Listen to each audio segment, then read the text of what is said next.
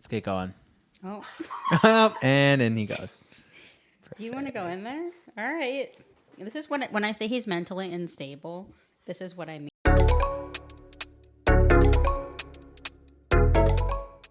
So today we were thinking of talking about lessons we've learned from dogs. So recently, why Spork joins us today is we had a big learning lesson, and I think it's important to talk about as a trainer and maybe as an owner, the lessons that our dogs teach us throughout their lives. Mm-hmm. Yeah.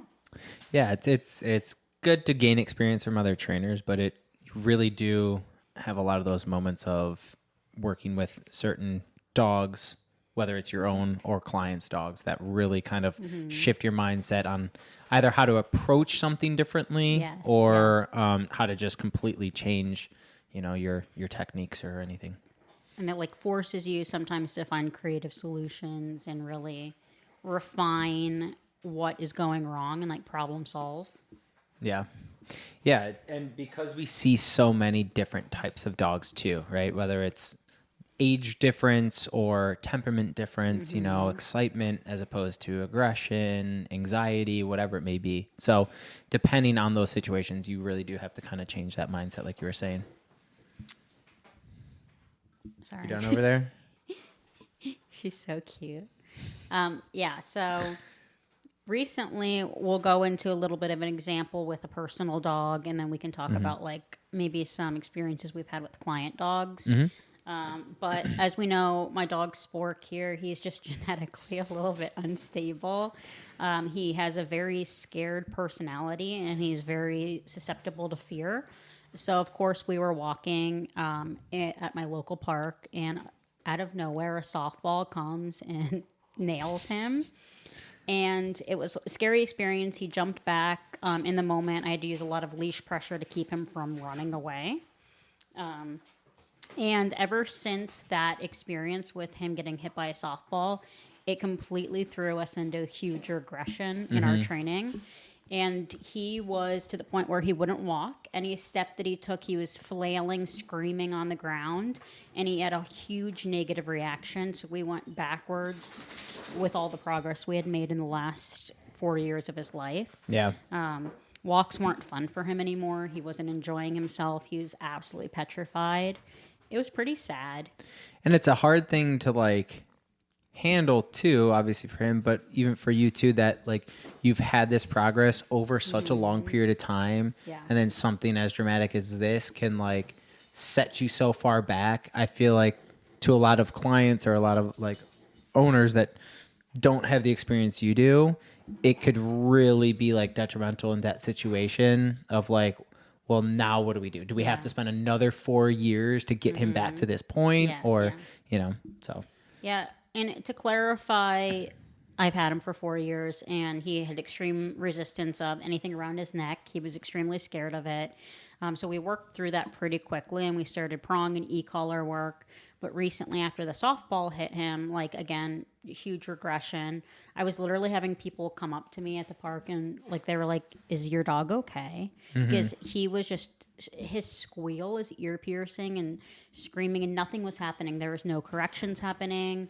It was 3 things that I really observed, and that was 1, the sound of the baseball bat hitting the softball, huge trigger. And then I was using a retractable leash at the time. Don't come for me. You can use them responsibly. And that had stopped and made a clicking sound when I went to pull him back from trying to run off. Yeah. That also was a huge trigger for him. And then anytime leash pressure was added. Yeah. So if we're walking and he starts to pancake and I use leash pressure, he would jump like a fish out of water and just be screaming his head off. Yeah. Pretty embarrassing, if you ask me. Yeah.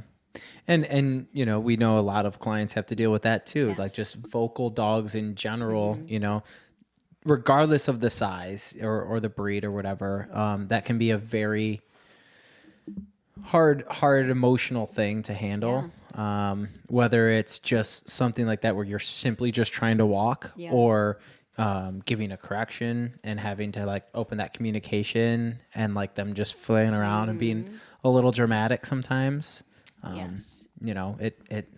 it can be hard. It like bothered me to my core. Like Yeah. I came back from the walk, particularly that was awful, and I was like, "What the hell?" Like I was so upset, and I did not want to see my dog, like that used to love walks and loved exercise and loved going to the park, completely shut down and utterly like terrified. It was a horrible feeling. Yeah. But it also shed some light on like empathy, and it's so easy in our profession, like when clients are like, my dog's scared, my dog is nervous, to be like, oh, we'll work through it, don't worry about it. And we sometimes can tend to brush it off, although I think we do a pretty good job of acknowledging people.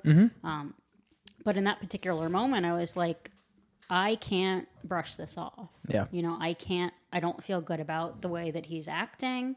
So I ended up like reaching out to Michelle, and I was like, have you ever seen anything like this? Just like getting her opinion. And she was like, why don't you use a little bit of food? And because like our dogs are trained, I don't really use food with my dogs on a day-to-day anymore. Yeah. And I don't know why I didn't think of that.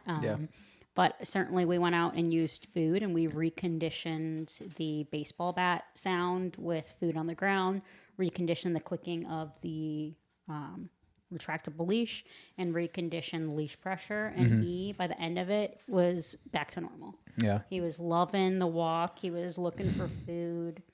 Was that all in like one session, or is that over a span of a few days, or? So it was over the span of a couple of days. So we're Yeah. still not back to 100% perfection yet, and where he's still showing a little bit of fear signs, but it is much better than it looked. Yeah. And food was really the answer for him, and it wasn't going to be about correcting him or being super hard on him or expecting too much out of him. He was having a very emotional response to something, and to change the way he felt about it, the food really helped to refine that. Yeah.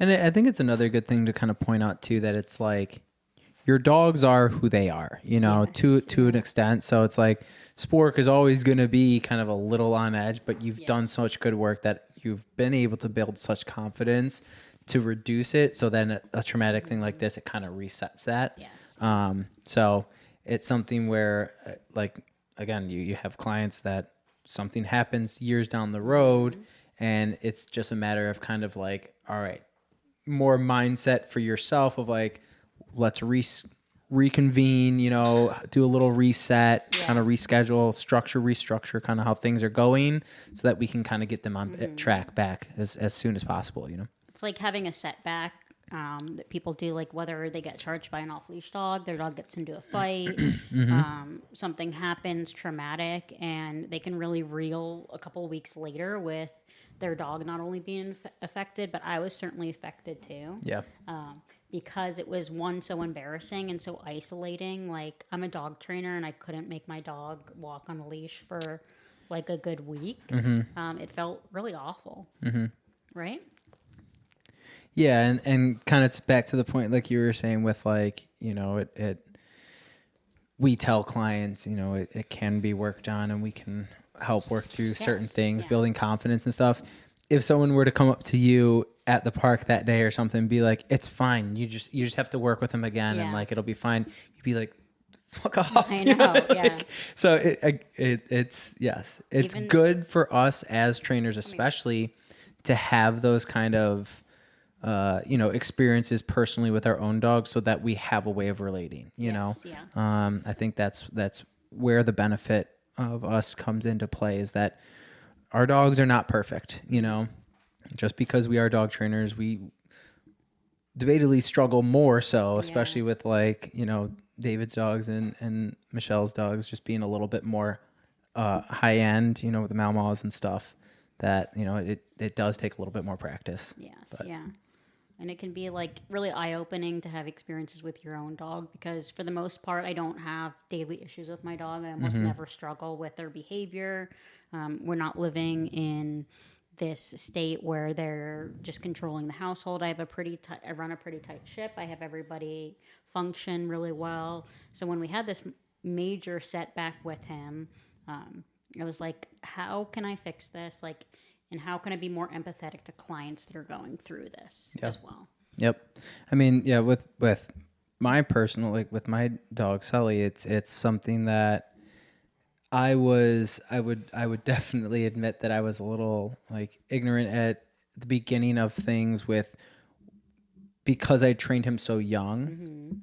I wanted to take him everywhere. Yeah, yeah. And it was all fine and dandy until he started getting a little bit older. And then When you reach that 2-year mark, yes. And then I got humbled drastically. they will always humble you. Yes. And, he got in that little scuffle. And so it really made me check myself and Yeah.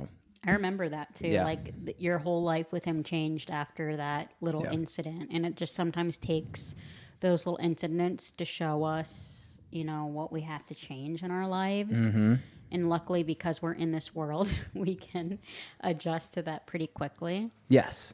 And like having the support here, having the knowledge that I've been able to gain here, it's helped me and Sully dramatically, but it's something that relating to the clients, we can see those dogs leave the board and train and be so excited, so happy to be like, okay, now we can like push and do these things that we couldn't do before, but we tend to do it maybe a little too soon or a little bit too much. And then something happens, Yeah, and so we kind of have to reflect on ourselves. It's like, could that have been preventative? I was just a little bit more acknowledging of that moment. Yes, Probably, And then you just help the owners, like especially in the board and train setting, they sometimes expect to go home and have this dog that's going to be perfect in all scenarios and situations. And one selling point we've managed to say recently is everything your dog did before training, they're going to do when they get home. Yes. Which is very common. And if we're able to prepare people for that, then they're not as shocked, because some people really do think like their dogs are getting programmed to act a certain way and they're going to be good forever. But we do the heavy lifting so you can do the maintenance work. Exactly. For after you go home and your follow-up support. But yeah, I can feel like you've had those clients where they go home and they're like, everything's a disaster. And you're like, all right, what happened? Right. And they're like, well, the first day after the board and train, I took him to Pet Supplies Plus and he said hi to 3 dogs and he, stole some stuff in the store and he pissed all over the store. And you're like, all right. Yeah. Yep. It is just as important to get comfortable with the training itself, understand the criteria, understand timing and all of that stuff before really pushing in those moments. Because I'm sure we've said this before too, but it can be a little bit hard, I think, for clients that they see us go to Edgewater or go to Cracker Park or a pet store or something, and they see the dog handle so well with one of us that they think it does just transfer. But it's only because we have the knowledge and the understanding as well of like timing the corrections, again, saying the command and all that criteria. So when they struggle with it, I think it can be a little bit confusing or, kind of put down a little bit. Yeah. And I think naturally, I always tell people you have to give your dog an opportunity to learn how to listen to you specifically, because I know that they can listen to me and I can guarantee that I can get your dog to do X, Y, Z while they're with us.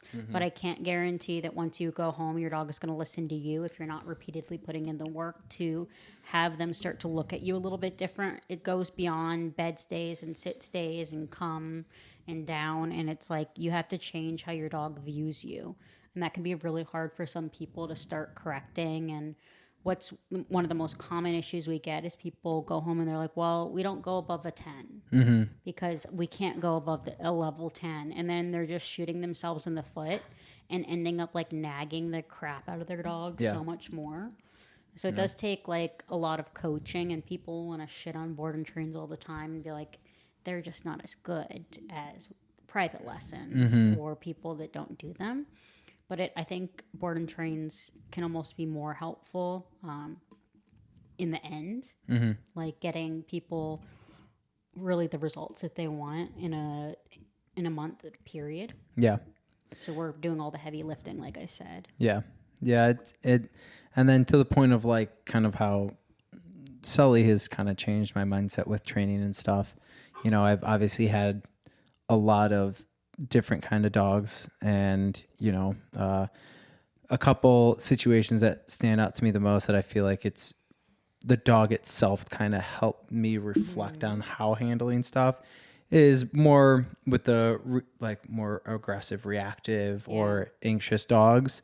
But one thing that immediately stuck out to me was how to kind of get through that initial, I don't know, I guess like introduction of the dogs. You know, you get whether it's putting the muzzle on, learning how to put the muzzle on and stuff. There's been a lot of different ways that I've learned over the few years that I've been here on how to like handle that. Yep. And having the dog begin to respect you, because you've gotten a couple of dogs that like have come in and they're like some of the most serious cases we've had. Yeah. And you've really navigated that well with like, one, you have to get to know them.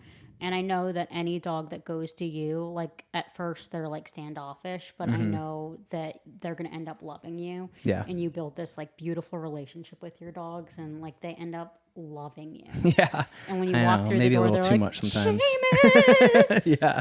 And I feel like some people get a little frustrated because my dogs just start going nuts. But hey, at least you definitely know when I'm there. But it goes to show you that the power of building a relationship, although that we're using adversives and people want to shit on balance training, it's not ruining a relationship, it's building one. Yeah. Yeah. And that's what people, when they bring their dogs home, really have to realize is that it's going to take a little bit of work for you to rebuild your relationship. And you have to allow time, and not everything's going to happen all at once. And that's totally okay. Yeah. Yep. It definitely takes time, but it's possible, you know, and another big thing I feel like I see a lot in questionnaires is that dogs with more like anxiety or fear reactivity is towards men with beards and hats, you know? Yeah. And so I always tell people, I'm like, I'm built for this, you know? Yes. So it's perfect. I'm actually getting a dog the next couple of days that they said that it's men specifically with beards that the dog just goes nuts. Yep. And so it's been fun. Yeah, I think like experience wise, like a lot of my board and trains have taught me a lot of lessons and throughout making me a better trainer, or situations like that have just been insane. And it's always the most insane dogs that you grow so much from. Yeah. Like I can think particularly I had an absolutely insane like beagle in our first session. He was flailing so hard, and this was just with leash pressure stuff, that he bit his own tongue and he was like bleeding. And the owner was just like, she was very much on board. She trusted our training process. But to see her dog so resistant at first, she was like, oh no, this isn't going to work either. Yep. And she had been to multiple trainers, and we got the dog's behavior to turn around. But that was an eye-opening dog for me. Yeah. With how to handle like that really, really nervous, frantic energy. Yeah, and another one for me was how to deal with more like the stubborn dogs, you know, the ones that it's like you're walking and they rush ahead, you correct them, get them back, and then they immediately rush ahead.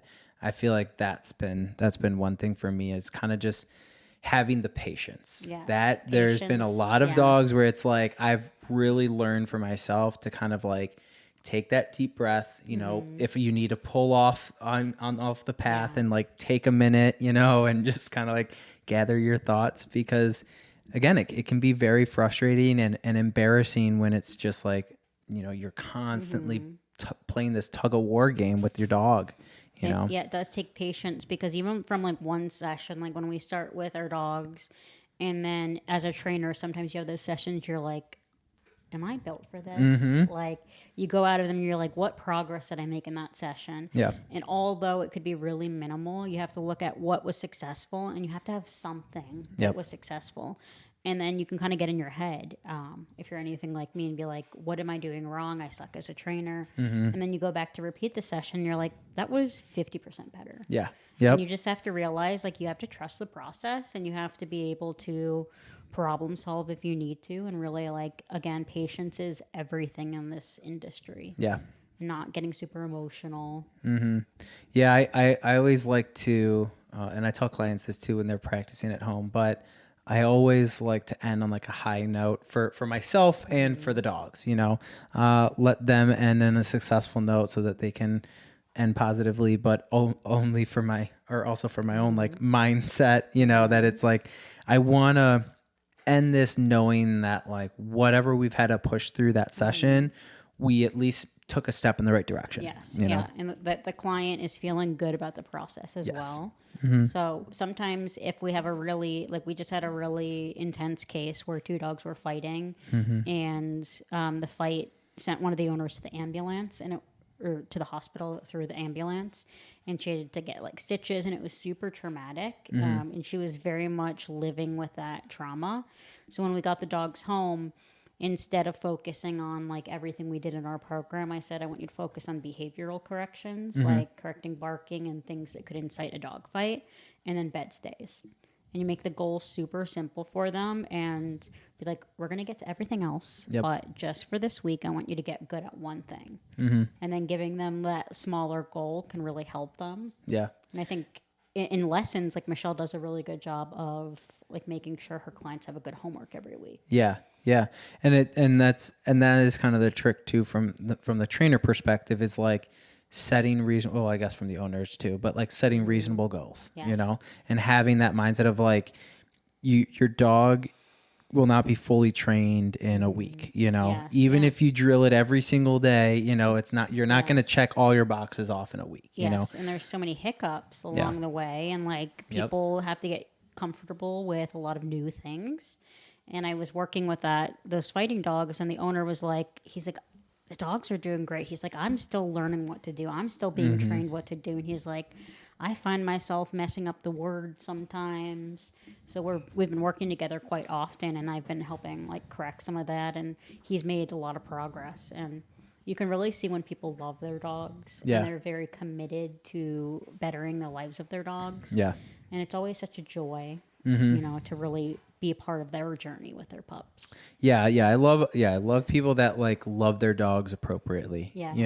That like, that's a good point. That love it. them. Yeah. That love it. They love them so much that they want to help them, and not just love them so much that they're like just going to avoid everything. Yeah. And a lot of people come to us because again, they've reached their, like limit with the behaviors. Yeah. And particularly, I think that with the board and train program, we see a little bit more intensity. Not that the one-on-one lessons don't, but from doing both, I always notice more intense behaviors from a board and train, because I think people think that's their only option. And it's just kind of like a hard reset, which I think does a beautiful job of giving that dog the hard reset. Yeah. Yeah. I think another big thing is just my confidence level in doing the training, kind of like backpacking off of what you were saying earlier. But, whether it's out in public and handling situations with people coming up to us or other dogs coming up to us, I think prior to, and especially without having my experience here with Sully, like walking around and stuff, especially getting to that age where he started getting a little bit more reactive, teenager-y. Yeah. That it's something where my confidence, I know myself, would not have been there, to handle, to advocate for him, and to handle certain very stressful situations that are overwhelming, because I see that with some clients sometimes, that they had some traumatic thing happen to them prior to, whether it's a dog in the past that they had way before this dog, or the dog that they have now. And so even just like walking around at Cracker Park or up at Edgewater or something is so stressful, and you can like physically see how much stress that it is taking them. So like, it's coaching both the dog and the human, which is why I slightly prefer board and trains, is because like we have time to coach the dog, so I know your dog by the time I'm handing it over to you, versus in the lessons I'm still getting to know your dog. So I that's why I prefer like doing the work for you and then bringing you in on everything. But you're absolutely right, you can feel the stress of sometimes when people are doing new things and they're like shaking, and you're like, It's okay. Everything's fine.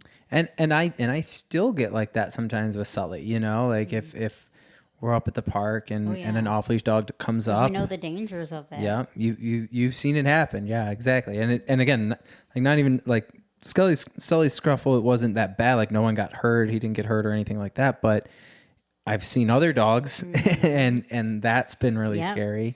Or the videos online. Yeah. Like, ugh. the things that always send me is like little dogs being violently attacked, and I won't take my whipped dogs around. I won't take my little dogs to parks or things like that because of that danger. Yeah. And I think it's good to be like hyper aware and have that, what do they call it, defensive walking. So you can navigate and see issues before they come over to you, and you're able to like prepare and handle them a lot better. Yeah. Yep. I think again, like, also like the timing of the correction, learning how to read the dogs a little bit more, you know, body language or just getting to know the dog. I think like that's one of my favorite parts of the board and train is getting to know what triggers the dog and what's working for the dog and having that time to like experiment, like what works for this particular dog. And yes, we have a program and we have guidelines for our program, but every dog is an individual. Yeah. And that's going to vary what we do and how we handle situations dog to dog. And I think that's what makes it such a beautiful process is that we can navigate what each dog needs as an individual. Yep. And it's been fun though with having a little bit more of the reactive or aggressive kind of breeds or dogs that you can look at Kevin and Hank and be like, okay, the next time I get a dog that's like either of you two, you know, that's either just really stubborn like Hank or just a super nervous dog like Kevin, but extremely big, strong, and can be intimidating, dangerous. Yes.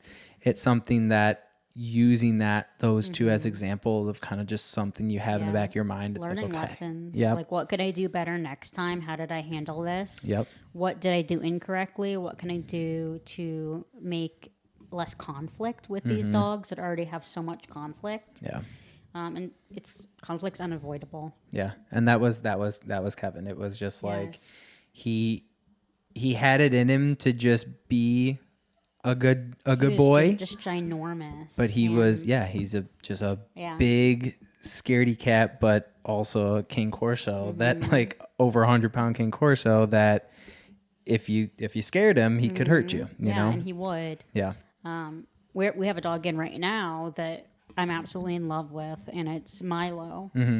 Where you filmed his drop off, and his drop off was a hot freaking mess. This dog was just in the trenches. His owners were very, just broken down by him. They're very sweet and amazing owners, and they love this dog with every piece of their heart. You could tell on the drop off how hard it was. And it's just like you almost have to stop yourself from crying sometimes when people are starting crying or they're really emotional drop off. Yeah.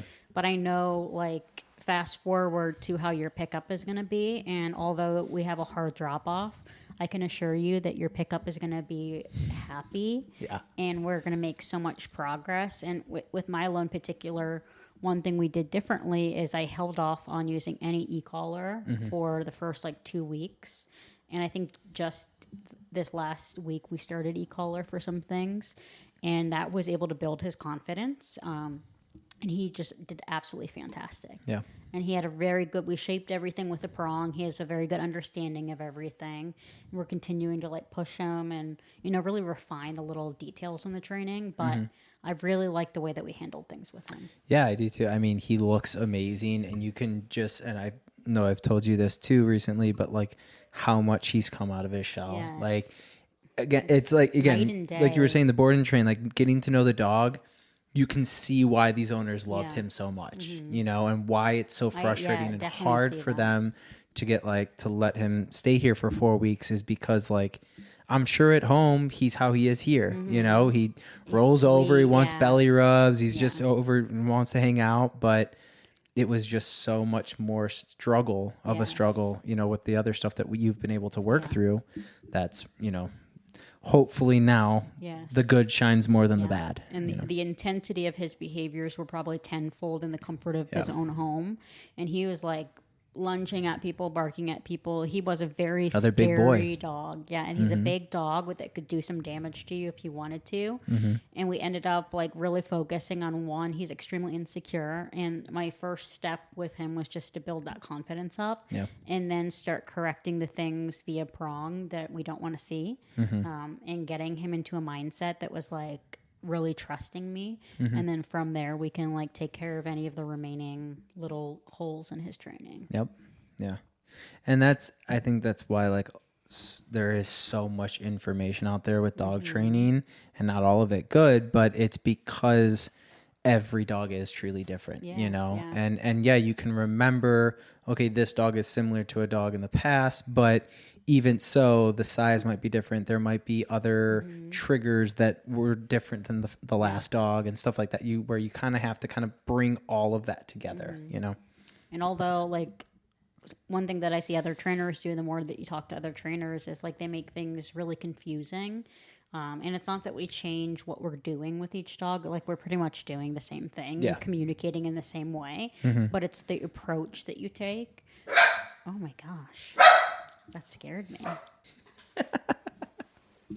Us getting so distracted. Yeah, Okay. I know. But I think every dog inevitably teaches us a little bit more about like how to be better and how to communicate better and be a better trainer. Yeah. Yeah. And even, you know, like I was saying, like the reactive, the super anxious dogs teach us a lot in those moments. The puppies and the happy-go-lucky dogs as well, you know, because it's something that it is so happy to that point. It's so easy to see a puppy or a happy little golden retriever that needs work on jumping or pulling or on the walk and stuff, that it's so easy, especially for me, to fall into that and be like, oh, well, you know, they're cute and stuff. But being in that mindset of, okay, this is the reason we got goals here, to achieve. You know? We got to work through things, and it can be really easy to like want to avoid causing conflict, but a lot of the times conflict is inevitable, like I said before, and at some point we're going to run into it, and it's better that we're able to work through it and have the dog understand what to do rather than struggle with it. Recently with Spork too, we've been through the ringer, but he had vet experience, and he was completely inconsolable at the vet. I wasn't able to go back with him, but they called me and they're like, can we sedate him? And I was like, I'd really rather you not. I guess his behavior, because I wasn't there, he was muzzled, was just so insane that they wanted to sedate him. And I just asked that they tried one more time, and they were able to complete what they needed to do without him being in a lot of pain.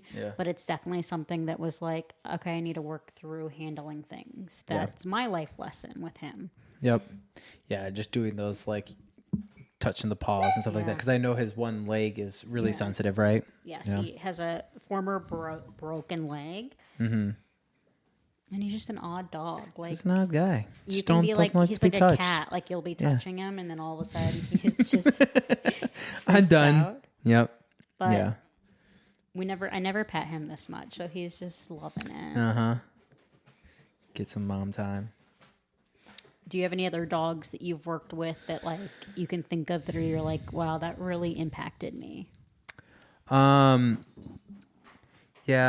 I had a dog when I first started training that was a very anxious dog, especially when it came to like grooming and stuff with his nails. It's still probably one of the most difficult dogs I've had to do with the nails. Oh yeah, where it is just screaming and very reactive. Like if he wasn't screaming, he was trying to nip at me, you know? And so that was something too, where kind of to how I feel like you with Spork, it's just like there's so much going on that it can be so overwhelming in the moment that it's hard to focus on like, am I doing the right thing? Like, is Yes, this going? exactly. And Is then this you getting finally, anywhere? then you finally get that progress. And then by the end of the board and train, and even years later, they've come in the past and to do the nail trims and stuff, because it's still so a little difficult for him, but it has gotten so much better over the years, you know? Yeah. So I think thinking back to when I like kind of first started, he was definitely one of the first really difficult cases that helped me to this day with learning, especially when it comes to like grooming, nail Yes. trimming, Yeah. helping a dog through vet visits and stuff, how to handle that, and expecting that like if you see something like that, they're okay, you know. Yes. Yeah. So I would say, yeah, he was one of a really really good learning lesson for me. Yes. And like having those moments where a dog really struggles with something, where social media always presents like a good before and after, and it just looks like it took no work to get there. And it's like you're not seeing all of the hours that you put in, you're not seeing all of the errors that were made along the way. Yeah. And yes, we just want to highlight the positives because it is such a transformation sometimes. But don't be fooled that these things take work and it's not rainbows and butterflies to achieve them. And sometimes it's blood, sweat, and tears. Yeah. Not the dog's blood, our blood. Yeah. And it's just a lot of like remaining a pillar of calmness. And with I know what dog you're talking about. Yeah. And particularly, I remember that situation and how calm you were, and that you might have been like inside being like, what the fuck? But you did not display that. And that's really important, is that you can't get mad and you can't like start correcting the dogs because you're pissed off. You have to be like, what's the best thing I can do in this scenario? Like, how Yeah. can I best support the dog in the moment? Yep. Yeah. And yeah, going back to like the patience thing, like I think the first really successful getting through all the nails, all the paws and stuff, it probably took well over an hour to do Yes, that, yeah. you know? And again, it was just a lot of like, okay, we're going to do this for 15 minutes and then we're going to take like a 3-minute break and just let us both catch Go our back to breath. success. Yeah. Yep. Yep. And then go right back to it. Yeah. But ending on that success was always such an important thing. Definitely for him. Very much so for me as well. Yes, yeah. You know?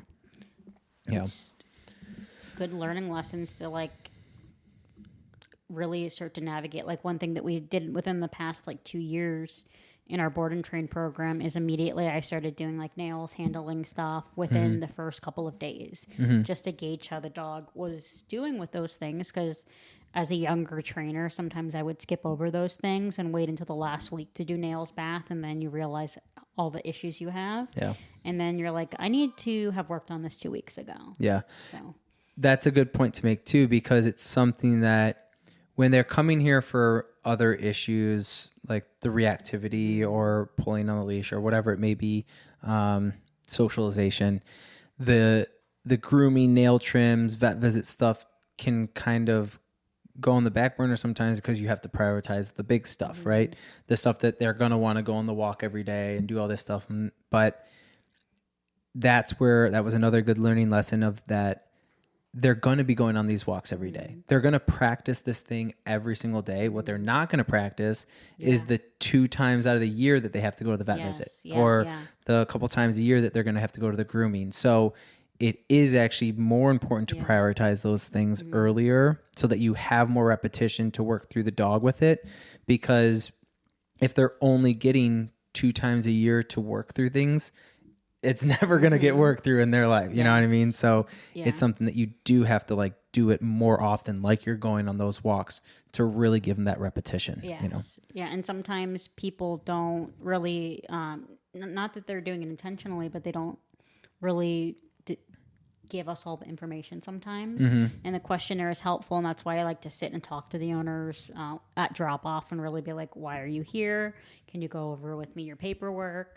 And that really helps me like be like, oh, so you didn't add that in your paperwork? Because they're like, oh, I didn't even think of that. Yeah. And then it's our job as trainers to kind of push the dogs into success and see like, are you struggling with this? Can we check all these boxes off?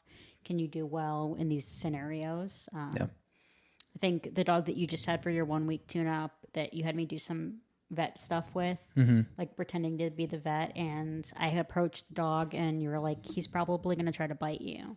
And sure enough, he was like, get the hell away from me. Yeah.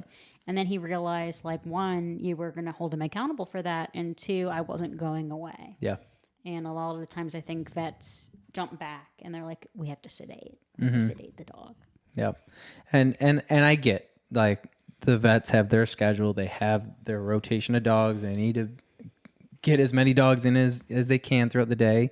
But yeah, to that point, I really try to kind of advocate for the vet as well, that if there's something that on my end, this is making it harder because there's something I'm doing or should be doing, to make it easier, then, that's the accountability that I have to have for my dog. Yeah. It can really help in those situations too, in your persuasion, if you don't want to sedate the dog like that, of like, let me just try, and if you can show that, and if you can practice it, then I would like to think most of the times the vet would be open to it, Yes. Of course, like, I support sedation for like injuries, or if the dog is really uncomfortable and they need surgery, of course, sedation. But there have been how many clients that want the dogs fully sedated, like almost out with nail trims or almost out with just your typical vaccines. Yeah. And that should not be happening. Like, if your vet is suggesting that, you need to go see a new vet. Like, that is absolutely ridiculous and crazy. Yeah. Yeah. I agree. I mean, again, there are things that we could do to practice with the nail trimming, or, I think the nail trimming is a great way just to build a relationship with your dog, as well as save you a couple bucks too. I love a good nail trim. Yep. Like, learning and teaching owners how to do it. I'm like, if you go to PetSmart, how many horror stories do you hear about PetSmart groomers where they're like, he was never the same after he came back from PetSmart. Yeah. And you're like, yeah, build that positive relationship and that positive association to the nail trim, and a lot of things can be helped with that. And a complete stranger is like doing something super like scary to your dog, versus if you just like learn how to do it. Yeah. You do it yourself. Yeah. They're obviously going to trust you the most rather than a stranger. And again, especially if you're only doing it a couple times a year when you go and get your vaccines and checkups and stuff, is it the only time you're doing the nail trims? It can be very difficult. And all it takes is one clip too far back or something that just sends them into a spiral. But I think ain't that right, Spork? Yeah, Spork spirals a lot. Yeah. I think particularly with my personal dogs, all of my dogs have taught me a lesson in some way. Spork definitely is a lesson in patience. Yeah. And I know I joke about it all the time, but having a genetically unstable dog has been a huge learning lesson for me. Yeah. Because he really is. He looks calm right now, but, just get to know him a little bit. Yep. And it's good that you, again, like for clients that have the same thing, we have a lot of clients with really big hearts, like you do with rescuing dogs like this. Rescuing dumpster dogs. Yes. I'm like, have they been in the trash? And they're like, yes. And I'm like, give them to me. Yeah. And if they're like, no, they haven't ever seen a trash can, I'm like, no thanks. Yeah. You only like the trash dogs. Yes. Yeah. So you were talking about like Sully really taught you a lesson, when I think a lot of people struggle with when their dogs reach maturity and their personalities completely do a 180 and shift. Yeah. And that's things that when we get puppies that we really want to alert people that is probably going to happen. Yeah. Is that the tolerance of a little puppy is going to turn around one day and they're not going to be that tolerant little puppy anymore. And then we're like, oh shit. Yep. And if you let that shit slide when they're a puppy or, in that teenage stage or whatever, then things can really snowball quick, when they grow start out of it. Yep. Yep. Yeah. Jumping obviously is the big one, but it can be, the more you allow it to snowball, or the more you allow it to become more of that constant routine, the harder it does take to break it. It doesn't make it impossible. Yeah.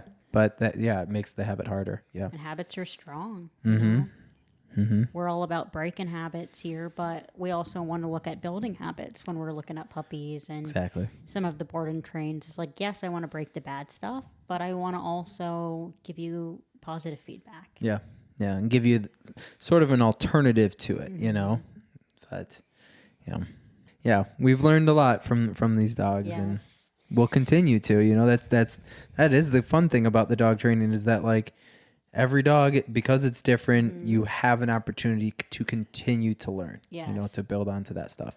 And even with clients' dogs, you know, from puppy to maturity or from the beginning of board train to the after to year after, whatever it may be, even just the same dog, you can learn so much from that, you know, by building the confidence in yourself, building the confidence in the dog, and by going to different places, different environments. As you start to kind of expand that kind of knowledge, you will learn more every time. You know, the first time you go to the park, it might be perfect because you are looking out for things and stuff, but something's bound to happen where the dog either blows you off or the dog off leash comes up to you. And that's that learning moment, you know, and it can be really intense and really scary, but take it as that learning lesson, learn from it, try to change and be better about it next time, you know? And not looking at things like as such a setback, like him getting hit by the softball really wasn't that big of a deal, but in my head it was. And kind of training him how to walk over the last days was like really not as hard as I initially thought it was going to be. Yeah. And if your dog does have an incident where it's traumatic, like you're going to get through it. Yeah. Like I promise you, you're going to get through it. Yeah. If you're handling it correctly, you're not avoiding it. Right. Yeah. We remember that the advocating is really important. So you're just helping them through it. Right, Spork? Yes. Yeah. Sporky. I got hit by a softball in my head.